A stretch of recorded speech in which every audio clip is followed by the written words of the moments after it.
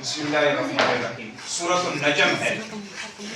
اور سب سے پہلے ہم سورۃ النجم میں جو سوالات ہیں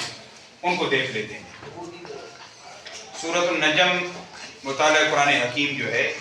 اس میں جو سورۃ النجم ہے اس میں جو سوالات ہیں، اس میں پہلا سوال ہے کہ مشرکین جن بتوں کی عبادت کرتے تھے ان کے نام۔ تو یہ سورۃ النجم کے پہلے رکوع میں ان بتوں کے نام موجود ہیں، لات، عزا اور منات، یہ تین بتوں کے نام ہیں۔ دوسرا سوال ہے سورۃ النجم میں بتوں کی کیا حقیقت بیان کی گئی ہے؟ تو اس کا جواب یہ ہے کہ ان ہی الا اسماء سمیتموها انتم وآباؤکم ما انزل اللہ بہا من سلطان۔ اس کا ترجمہ ہے کہ یہ تو صرف نام ہی ہے جو تم نے اور تمہارے آباء و اجداد نے گھڑ لیے، بتوں کی کوئی حقیقت نہیں ہے، اللہ کے علاوہ جن کی عبادت کی جاتی ہے ان کی کوئی حقیقت نہیں ہے، وہ تم نے اور تمہارے آباء و اجداد نے وہ نام گھڑ لیے، اور اللہ تعالیٰ نے ان کی کوئی دلیل نازل نہیں، ما انزل اللہ بہا من سلطان، اللہ نے اس پر کوئی دلیل نازل نہیں فرمائی۔ یہ دوسرا سوال ہوا۔ پھر تیسرا سوال ہے کہ سورۃ النجم کے دوسرے رکوع میں آخرت کا انکار کرنے والوں کی کن برائیوں کا تذکرہ ہے؟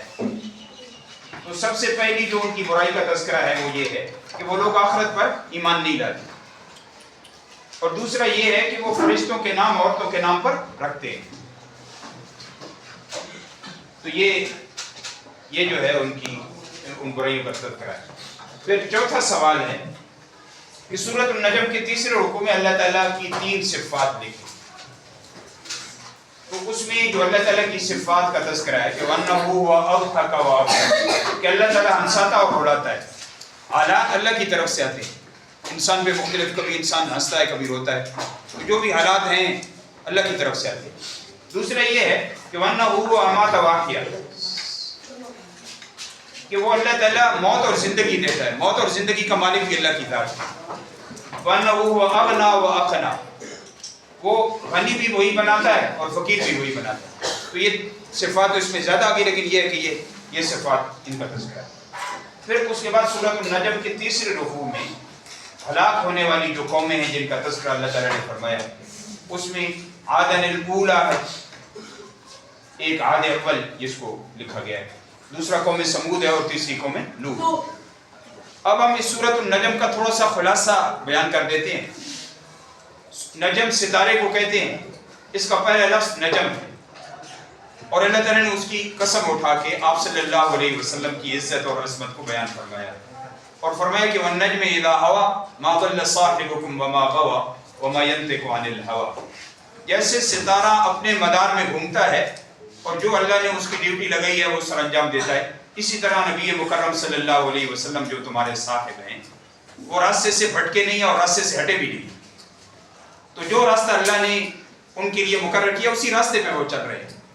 اور وہ اپنی مرضی سے بات بھی نہیں کرتے۔ وَمَا يَنطِقُ عَنِ الْهَوَىٰ إِنْ هُوَ إِلَّا وَحْيٌ يُوحَىٰ، وہ اپنی مرضی سے بات نہیں کرتے، وہ بات کہتے ہیں جو اللہ کی طرف سے ان کو وحی ہوئی۔ پھر اللہ تعالیٰ نے نبی کریم صلی اللہ علیہ وسلم کے معراج کے سفر کو اس میں بیان فرمایا، عند سدرۃ المنتہیٰ عندہا جنۃ المأویٰ اذ یغشی السدرۃ ما یغشیٰ۔ تو سورہ بنی اسرائیل میں اسراء کا تذکرہ ہے، آپ صلی اللہ علیہ وسلم جو ہے وہ مسجد حرام سے بیت المقدس تک گئے،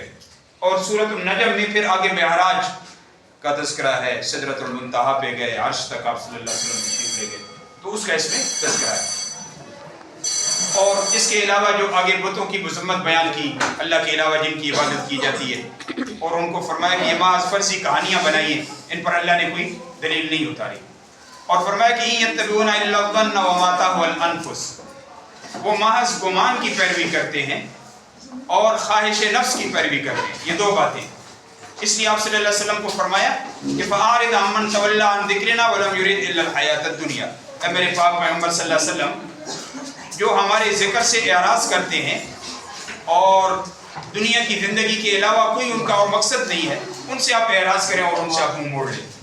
اور پھر اللہ تعالیٰ نے ایک حقیقت کو بیان فرمایا کہ